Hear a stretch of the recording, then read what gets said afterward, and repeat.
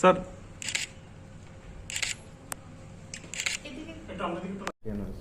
আজকে আমাদের এখানকার প্রাক্তন মন্ত্রী এবং বর্তমান সদস্য মেবার কুমার জামাতিয়া তিনি আজ এসে আমার সঙ্গেই আমার চেম্বারে দেখা করেছেন এবং সেখানে এসে উনি ওনার পদত্যাগপত্র আমার হাতে দিয়েছেন এবং আমি সেই পদত্যাগপত্র গ্রহণ করেছি। আজকে সেটা অ্যাকসেপ্ট হয়ে আজকে ফাইলে আসবে। কাল থেকে ওনার মেম্বারশিপ আর রইল না এই অ্যাসেম্বলিতে। আমি এমএলএ সিট থেকে রিজার্ভেশন দিয়েছি। আমি ইলেক্টেড এমএলএ 26 আসামবাড়ি এসটি কনস্টিটুয়েন্সি।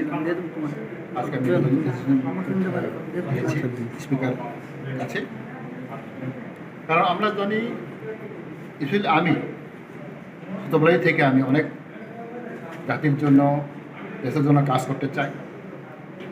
আপনারা সবাই জানেন 4 বছর আমি মিনিস্ট্রিতে আছি, tribal welfare minister, forest minister, fisheries, কিন্তু আমার মনের মতে আমি করতেই পারিনি।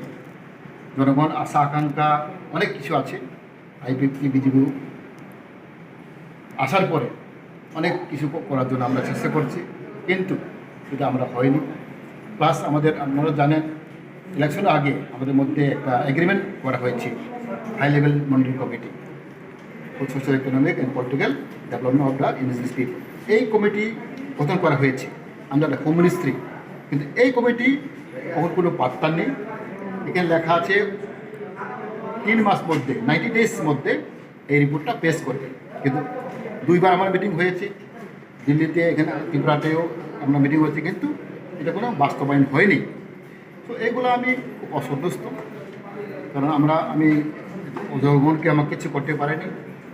অনেক হেরা আমার উপরে আশা বিশ্বাস আছে as a minister, as a leader, কিন্তু সেইগুলো আমি কাজ করতেই পারিনি। যার জন্য আমি আবার চেষ্টা করব আগামী দিনে আমি জনগণ পিছনে যাব। জনগণ আমার উপরে অনেক আশা আকাঙ্ক্ষা আছে, কারণ তখন আমি ছেড়ে দিলেও আমি কাজ করব। Because this my first step. আমি ভবিষ্যতে আমি জনগণ পিছনে যাব, কারণ জনগণ যেটা চায়, আমি অনেক জনগণকে আমি দেখেছি, আমাকে আমার বন্ধু, আমার সাপোর্টার, আমার ভোটার আমি দেখেছি, এছাড়াও এটাই আমাকে রায় দেয়, স্যার আপনি যদি অসন্তুষ্ট হয় আপনি রিজেন দিয়ে দেন, আবার আমার নতুনভাবে আমরা কাজ করব।